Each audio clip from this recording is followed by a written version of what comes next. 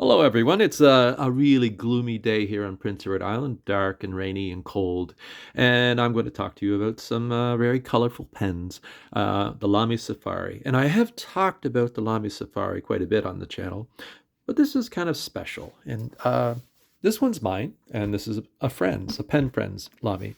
And we all know the Lamy, you know, uh, triangular grip, window, the classic Safari uh, nib that's interchangeable. You just pull that off.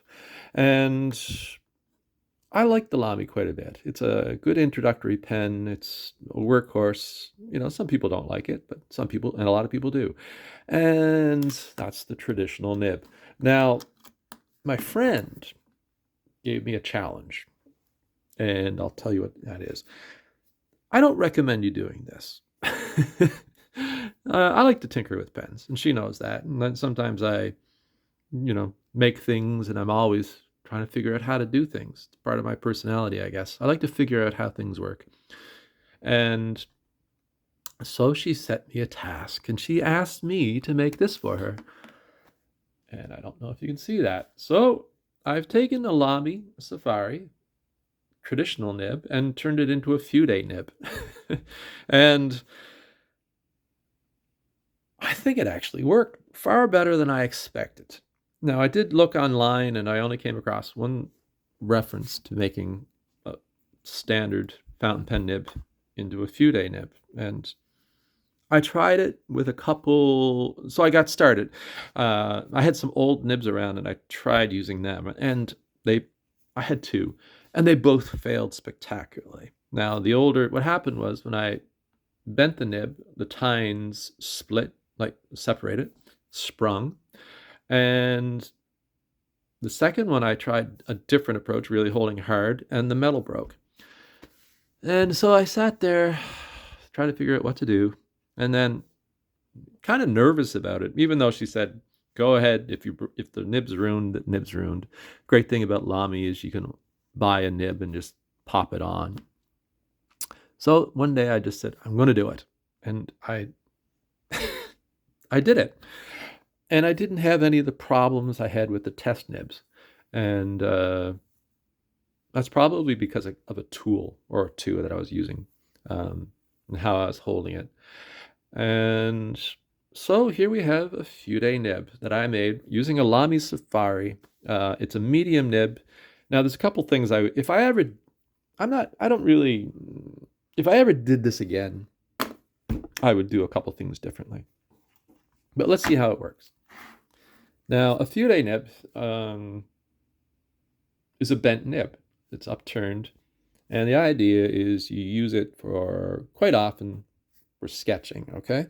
So you hold it at one angle, you get a nice, that's a medium line, maybe a broad. Now you adjust the angle, you get a wide line, and as you can fool around with that.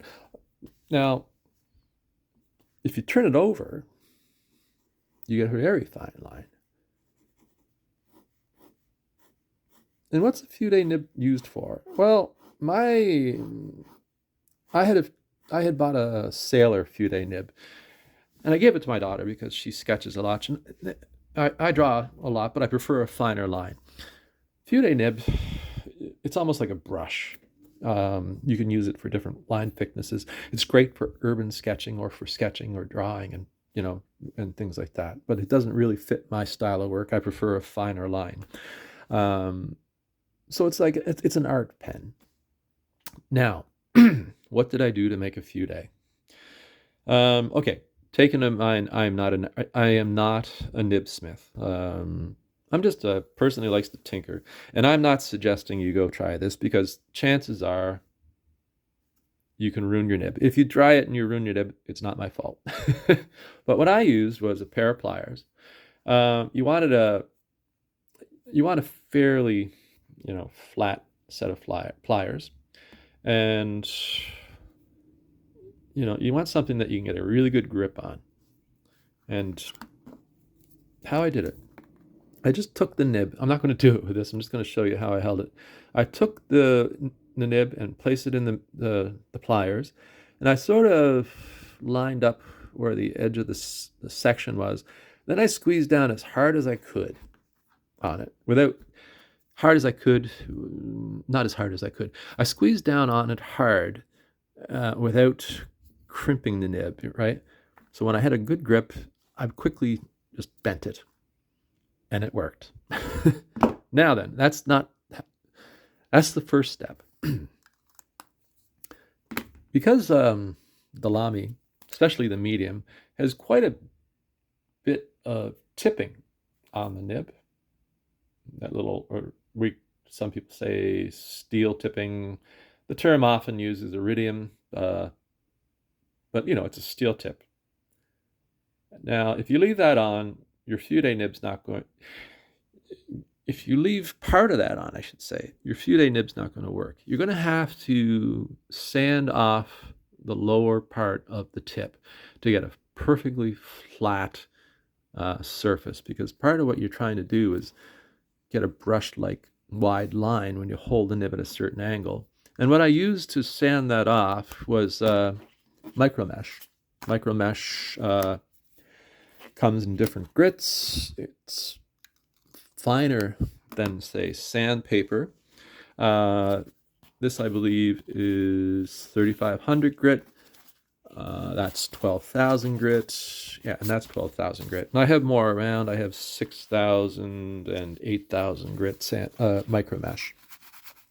Other thing you can use is, say, a very high quality emery board for filing your nails. They come in actually quite comparable grits. There are some that have 4 different sides, 4 different grits on them, and some people use those. And so what I did is I just held the pen on an angle, starting with the 3500, and I just started making strokes, trying to smooth off the bottom part of the tip, so that when you put the nib down, you get full contact with the paper.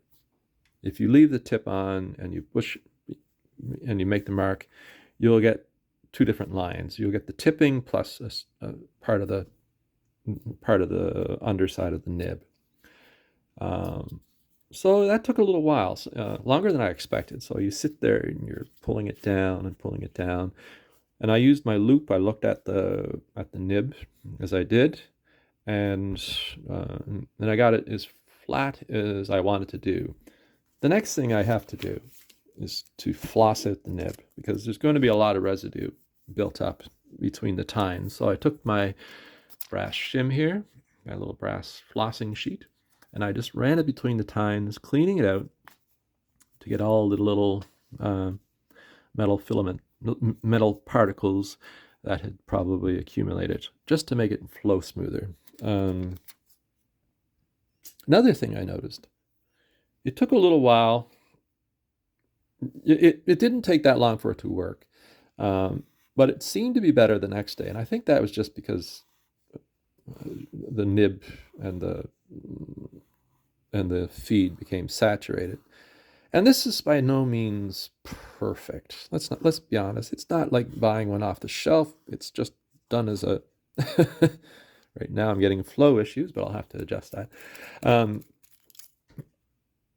The off the shelf Fude nibs by Sailor or something like that are superior to this. But if you're in a pinch and you need one, you can make them. It will void your warranty entirely, and chances are it might break your nib. So there you got a nice flow, okay? And when you flip it over, you want to leave some of the tipping on the top so that you can do reverse writing and get a finer line. I would recommend that. Now, if I was ever to do this again, and who knows, maybe I will, I would not. This is a coated nib, a black, so there's a coating on it.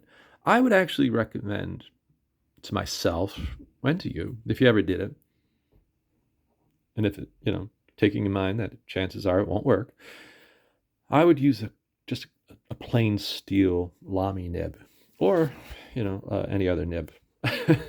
Right, but I've only succeeded with the Lamy nib. So I would not use a coated again, mainly because as you are sanding away the iridium, some of the coating does come off And believe it or not, that, as you can see, you can still see a bit of the black there. It was incredibly hard to get that perfectly smooth, but I got it fairly good. But and there's still a little. It was hard to get the coating off, and there's still a little there. And over time that's going to wear off, I think. But it would be a lot easier just to start with a plain steel nib and start from there, rather than using, say, a frosted black or anodized black, whatever you would call this.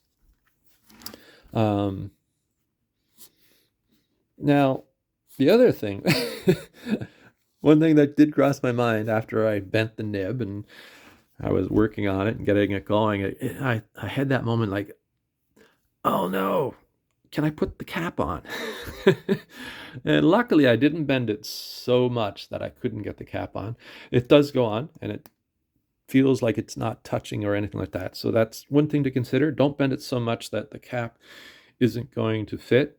Don't use a pen that has a small cap where the bent nib will touch. And that's one thing. What other things did I come across? Oh yes, when I did bend the nib, I bent it too close to the tip of the feed right here, so there was a little bit of the feed sticking out. And when I wrote it, when I was testing it, I was getting a second little line just from the feed like that. So I'd went like this, and there would be a second line, and I had to take a sharp knife and very carefully, looking at a loop, trim the feed a bit, just right where it met the Fude nib part. So I just had to trim that so this piece of the nib was flush with the paper, and then I took some micro mesh and once again just sort of angled it and did some figure eights, worked at it, and I got rid of that little problem. So that's something to always think about. And I hope my friend likes it. It was really fun to try. It took me a little. It's one of those things, like I sat there and I had it sitting in my work table, and I just thought about it for a long time, and it was like I kept on putting it off, and then I just decided to do it. And I honestly expected it not to work, but at least I knew that I could easily get a Lamy Safari nib to replace it. So.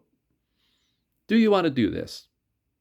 You can buy better ones, but like a nibsmith could probably do a better job than I did.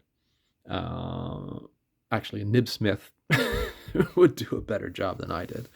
But it was a fun exercise, and I really like trying to figure things out like that. I wouldn't use a gold nib. I wouldn't use an expensive nib. I wouldn't use a nib that's not easily replaceable. So oddly enough, the Safari is a prime candidate that I could think of for this little task. And it was fun, and it works. Hopefully, as time goes on, and if it's used, it'll get actually better, because it'll smooth out a bit more. And yeah, fun things with fountain pens. Part of the hobby, tinkering, learning a bit, trying things out. So let me know in the comments. Have you ever made a Fude nib? Has it worked for you? What have you used? Yes, all the warranties are now void on this pen. And that's part of the fun too. But the Lamy Safari is relatively inexpensive. And yeah, it was a fun exercise. So anyway, I hope you liked the video. Don't try this at home. What else? If you like it, give it a thumbs up. If you're new around here, I invite you to subscribe to the channel. This is kind of the weird things I like to do. And I gotta admit, I really like this color. One of the things I like about Lamy is just the fun colors and the industrial design. It's a pen you can toss in your pocket. You're never going to worry about losing it. If you lose it, you lose it. It's not like a very expensive pen, but they do their job, and I like them. So anyway, that was a fun thing to do with a Lamy. So anyway, I hope you like it. Anyway, I'll talk to you soon. Thanks a lot. Bye-bye.